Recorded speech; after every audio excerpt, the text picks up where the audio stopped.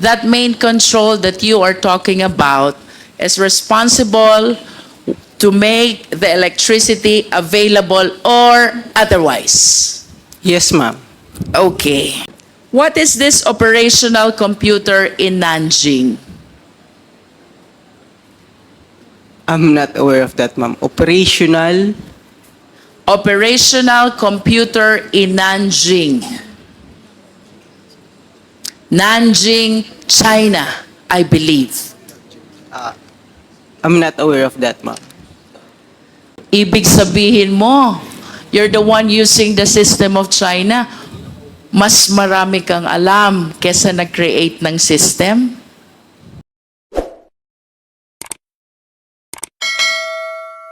Good afternoon, I'm Clark Agustin from the... Pakilakas lang po.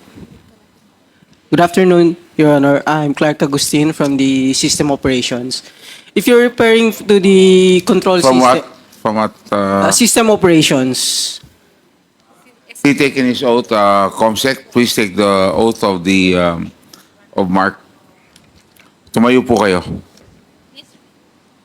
Please raise your right hand. Do you swear to tell the truth, the whole truth, and nothing but the truth before this congressional inquiry, so help you God?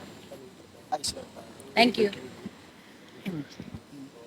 Sir, the question of the Honorable Luistro. Your Honor, if they're referring to the control system, our SCADA system, we have 3 control centers in the different regional grids. We have in Luzon, Visayas, and Mindanao. How many switchboard or control system do you have? 1 for each region, ma'am.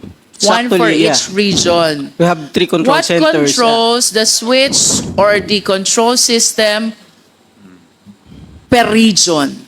Meron ka pa bang main control that controls all the switch and the control system of all these regions?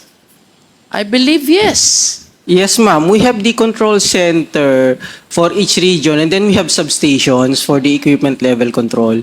For the system level control, we use the control centers using our SCADA system. Where is the system control? From the control center, ma'am. Where is the control center? For Luzon, we have here in Diliman. For Visayas in Banilad, and in Mindanao in Cagayan de Oro. These control systems which you mentioned, they have the capacity to cause the blackout of electricity. Am I correct?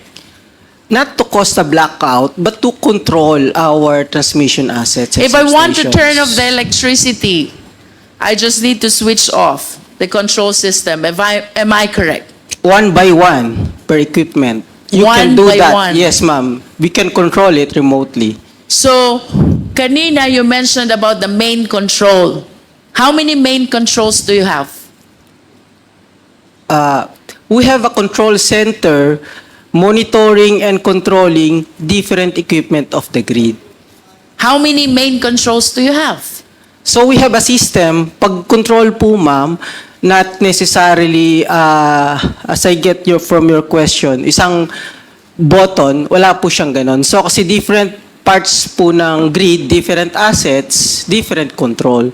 So if you want to operate a certain circuit breaker, kailangan mong operate that specific breaker. But A at least specific feeder, yeah. if I turn off one of those, did you say assets Yeah. of that control system, then the electricity will not work anymore.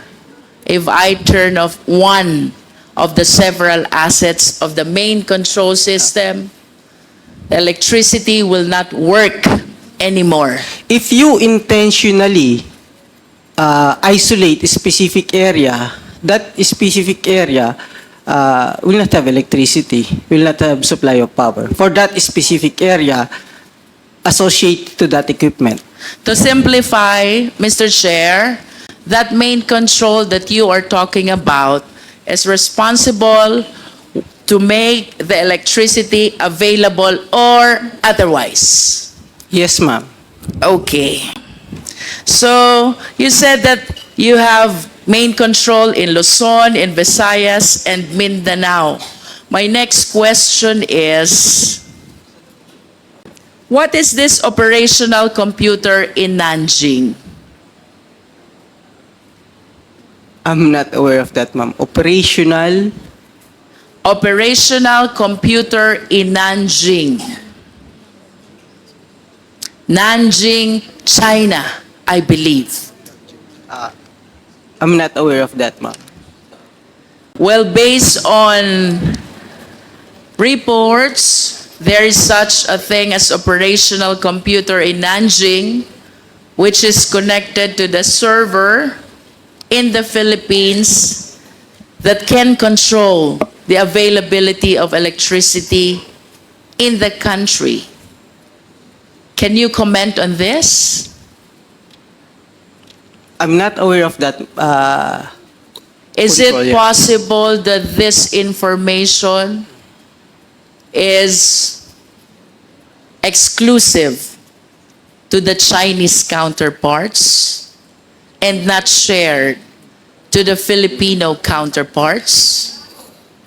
Based on our configurations of our control center, this cannot be controlled remotely through overseas. Not even here, yes, here in the... What is your basis for saying that it cannot be controlled remotely? Are you that expert?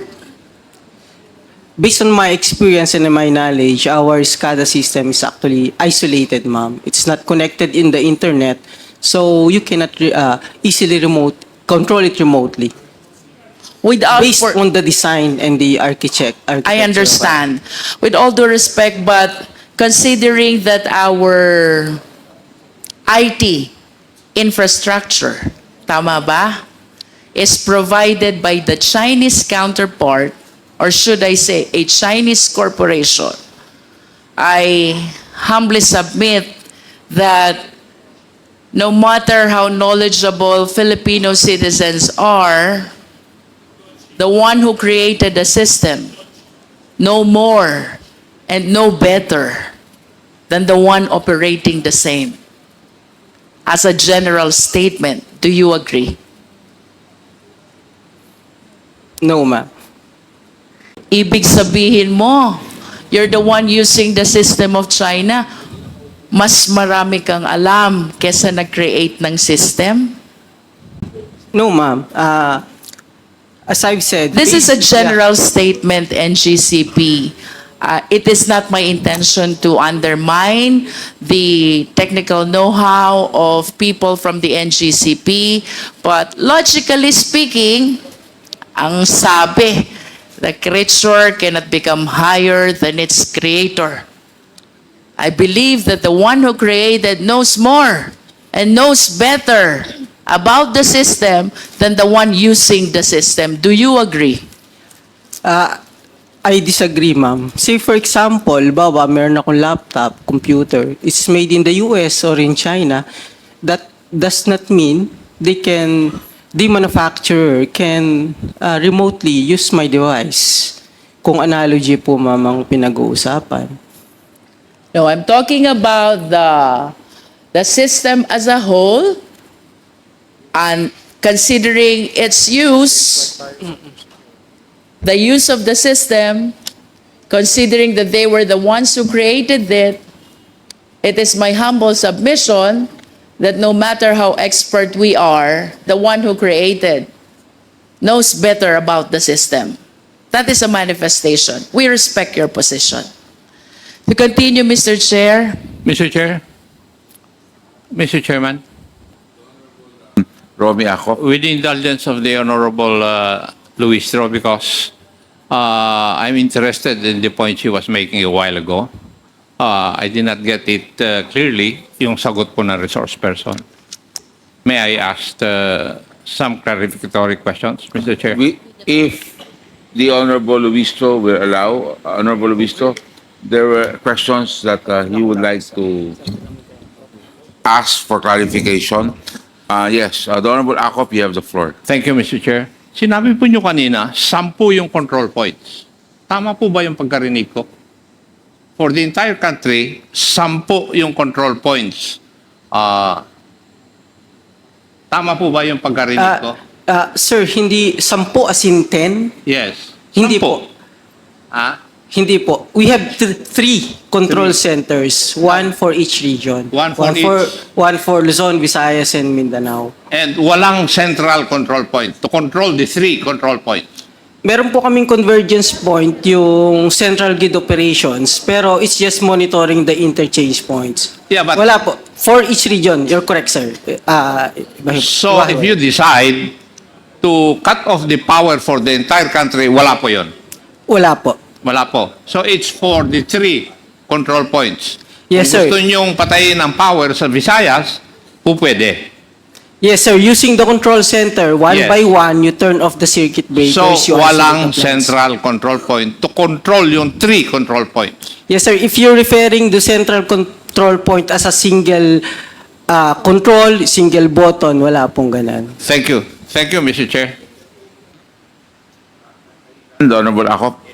Thank you. So, the Honorable Cong Luistro, you still have the floor. Mr. Chair, just a interjection. With the indulgence of Congresswoman Yes, Luistro, yes, agreed. na medyo nakiliti lang ako dun sa tanong ni Congressman Akop. If I may ask, this is a technical question. Kasi kanina ang sagot, walang central control system, no, to turn off, let's say, the whole power system of the country, correct? Sir, we have a control center pero walang single button to turn It off. Okay. Yes. Now, can anyone just turn it off like that? Anong proseso pag turn off niyan? Sinong may approval? Yun. We have on-duty system operators. So yung duty lang ang nando doon. Halimbawa, yung naka-on duty, kinurap nung isang kalaban ng bansa. At sinabing, patayin mo lahat nung yung area ng kuryente nung area yon. Can they do that? What do you mean by corrupt? In-instructan? Oh, in-instruct. Oh. Tinakot. They should not follow. Huh? It's not part of their duty, sir. No. What was that again? Hindi. Ibig sabihin, sir, how could they do that? Why would they follow the instruction of other people No, from other countries? in simple analogy, ganito lang yan. Ano? Sabi mo kasi, it can just be turned off just like that. Yes, sir. Diba? Now, ang tanong ko, sino ang pwedeng magsabi i-turn off yan? At kung merong ganyang order, ano yung procedure o yung proseso para i-turn off yan? Yes, sir. We have procedures on how we operate our equipment and especially the grid. May mga responsibility po yung system operator as outlined dyan sa Hindi. Philippine Grid Code, and then meron kaming mga internal procedures. Okay, ganito na lang. Para doon sa mga nanonood, no? Halimbawa, kaya nga binigyan kita example Sabi mo yung duty, ano yun? Ang sabi mo? What did you say? The Yung duty? system operator on duty, meron po Okay, kaming system dispatcher na operator tinatawag. on duty. Siya ang may kapangyarihan para i-switch on or i-switch off yung power supply, correct? Yes, opo. Okay. Dahil siya on duty, tinakot ng isang terrorist group, no? Tinutukan, tinakot. Sinabi niyang patayin mo yung switch na yan, turn it off. Can they do that? Hypothetical po, kung halimbawang nasakop nga, nandun siya sa control center, that's possible.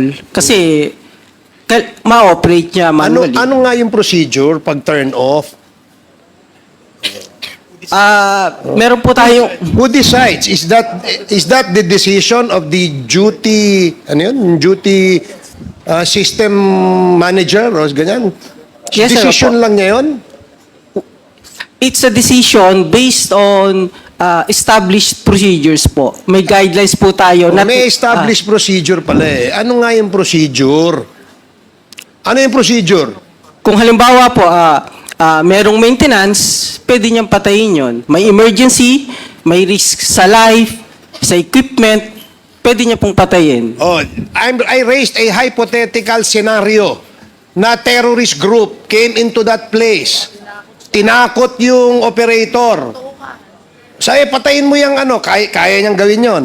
Kaya niya po. Oh, so yun ang tinatanong namin. Yeah, if it's possible, so he ibig can do sabihin, the power to switch it on or switch it off ay nasa isang tao lang doon sa duty manager. Not necessarily isang tao, isang team. Usually po, 3 tao yung naka-duty. O isa, dalawa, tatlo, ibig sabihin nasa kamay lang nila ang desisyon. So walang security safety measure or security measure to prevent that hypothetical scenario from happening. Is that correct?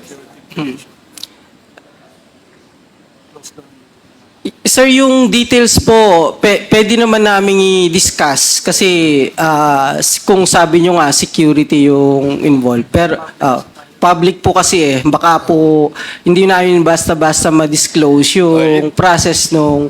Sige, let's not go into the details. Yun lang gusto namin malaman. Kung may isang nasa kamay lang ng isa, dalawa, 3 tao pala, pwede nang i-switch yun eh. Yes, sir. Alam mo, very critical yung issue that we are discussing here because one, bukod dun sa issue that Congressman Dan Fernandez raised and the chair raised, the question that actually needs answers is who controls NGCP?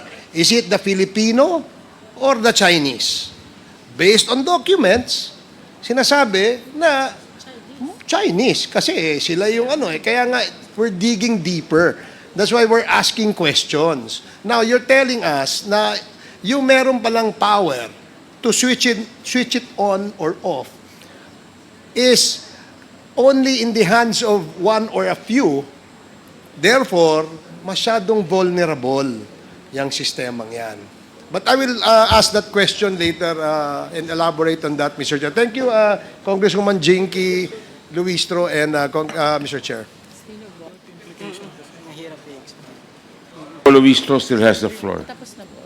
The Honorable Luistro.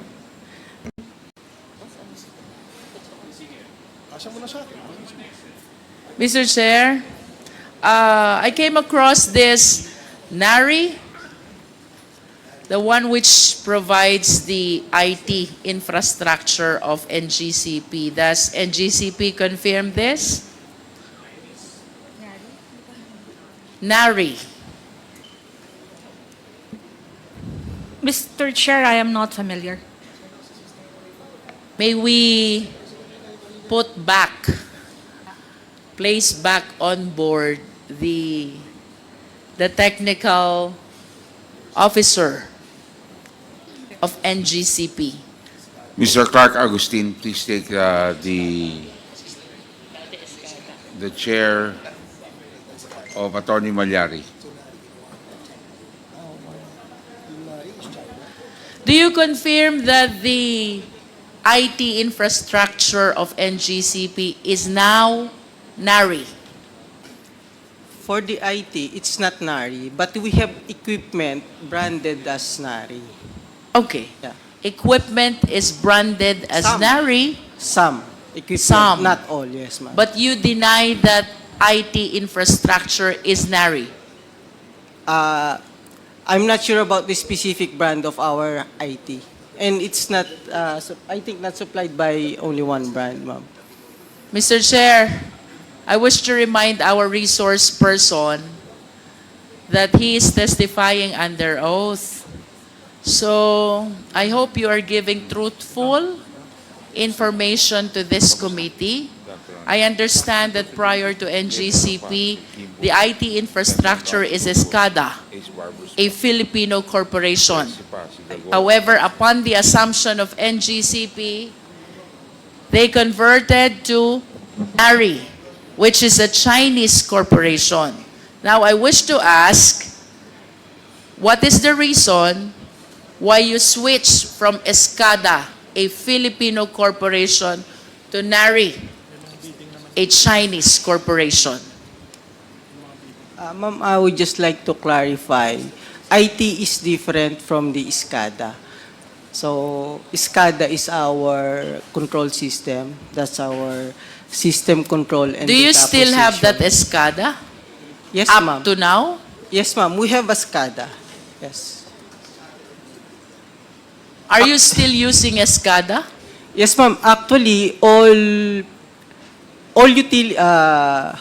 all power utilities uses SCADA to control their power system. If SCADA has this capacity, Opo, SCADA stands for System Control and Data Acquisition. You use it to monitor and control the power system in the case of NGCP. and you're still using that, Yes, ma'am, we need the SCADA to control our power system. then why resort to other Chinese corporations if SCADA has the capacity to provide the necessary technical aspect of the NGCP corporation? Why resort to NARI if SCADA is still dependable? Ma'am, our SCADA is just the tool. It's the system we use to control the power grid. So How about NARI? actually the brand of our SCADA as of now is Mr. NARI. Chair, Mr. Chair, just a point of information para lang magkaintindihan. Hindi sila nagkaintindihan eh. If you will share clarification, Yes. okay, you're acknowledged. As a point of information, Mr. Chair, yung SCADA, ginagamit yun lahat sa mga public utilities, either distribution or transmission. Ang ibig sabihin lang ng SCADA, yung sinabi kanina, yung sistema. Pero yung mga mga equipment, pwede namang iba-ibang brand yun. SCADA is not a brand. It is a system of control. So, kung halimbawa, ikaw yung chairman ngayon, ikaw yung SCADA, ikaw nagko-control ng dito. But we can use different brand of equipments. So, yun lang yun. It is not a brand. It is a system, control system. Thank you very much, the Honorable Dago.